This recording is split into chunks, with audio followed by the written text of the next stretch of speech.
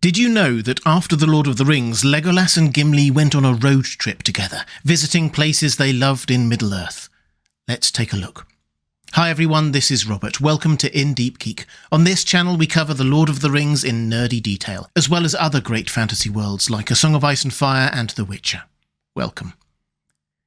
We all know that Legolas and Gimli became firm friends through the events of The Lord of the Rings, defying and going a long way to rectify the ancient enmity between their two peoples.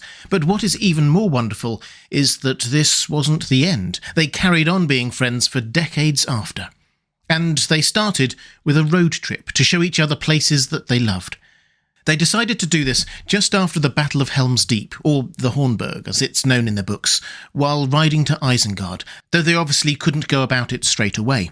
The context is that they are talking about the Huorns, those ent-like creatures who had played such a decisive role at the end of the battle, and Legolas thinks that they must have come from Fangorn Forest. Gimli expresses his view that that would make Fangorn the most perilous wood in Middle-earth. Gimli is not a fan of the Huorns. Then Gimli starts talking about something he likes more, the Glittering Caves, a cave system behind Helm's Deep that he found himself in during the battle.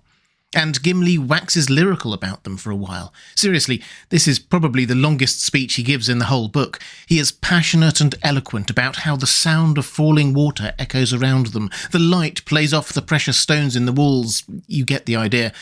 Legolas is clearly taken aback a bit by this passion. "You move me, Gimli," he said. "I have never heard you speak like this before. Almost you make me regret that I have not seen these caves. Come, let us make this bargain. If we both return safe out of the perils that await us, we will journey for a while together. You shall visit Fangorn with me, and then I will come with you to see Helm's Deep." "That would not be the way of return that I should choose," said Gimli, "but I will endure Fangorn if I have your promise to come back to the caves and share their wonder with me." "You have my promise," said Legolas. And so they come to an agreement to show each other those places when time allows. As it turns out, their journey back from Minas Tirith after the war takes them first to Helm's Deep rather than Fangorn. The hobbits, Gandalf, Legolas and Gimli and a few others are travelling back northwards after Middle-earth had been saved, Aragorn crowned and various people married. We read this. "They came at length to Helm's Deep, and there they rested 2 days. Then Legolas repaid his promise to Gimli and went with him to the Glittering Caves, and when they returned, he was silent, and would say only that Gimli alone could find fit words to speak of them. And never before has a dwarf claimed a victory over an elf in a contest of words, said he. Now, therefore, let us go to Fangorn and set the score right." It's quite touching, not just how Legolas was clearly blown away by what he saw, but also deferred to Gimli's description of it. Dwarves surely can describe caves with an eloquence only elves can describe trees, and also notice how this friendship, forged in the competition of who killed the most orcs at Helm's Deep, keeps its lovably competitive edge, with Legolas talking about a contest of words and wanting to set the score right by taking Gimli to Fangorn, which he then does after they have travelled on to Isengard. All save Legolas said that they must now take their leave and depart either south or west. "Come, Gimli," said Legolas. "Now, by Fangorn's leave, I will visit the deep places of the Entwood and see such trees as are nowhere else to be found in Middle-earth.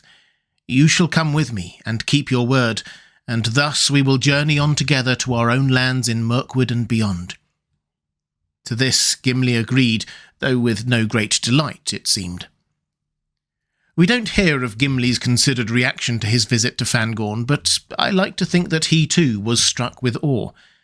As you would expect with Tolkien, the choice of these two places to go was not random. Tolkien uses Gimli and Legolas to thematically bring dwarves and elves, and Middle-earth as a whole, back together after all those centuries of enmity and distrust. When describing the Glittering Caves, Gimli references the Elven King's underground halls in northern Mirkwood. That's Legolas's own land, reminding him that the dwarves aided in that, in a thawing in relations between the two peoples. And if you want an even deeper cut, those caves were inspired by the 1,000 Caves of Menegroth in the First Age, where King Thingol of the Elves lived in caves carved out by dwarves, and dwarves were welcome to stay and work.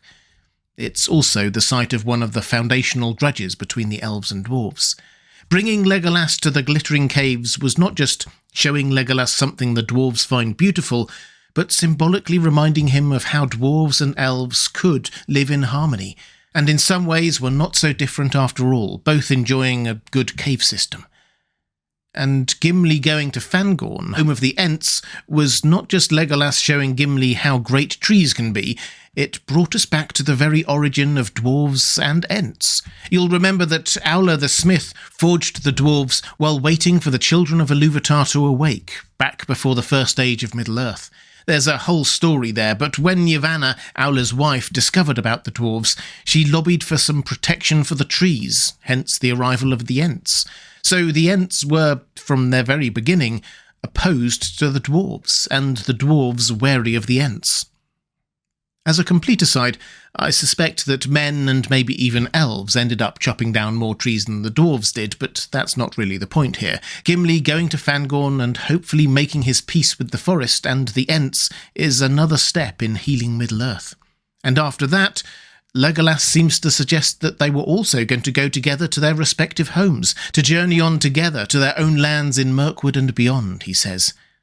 You'll remember that there was particular bad blood between those two sets of elves and dwarves since King Thranduil had held Thorin and company prisoner there indefinitely during the events of The Hobbit, and then opportunistically attempted to take some of the dwarves' treasure by force when he heard that Smaug was dead.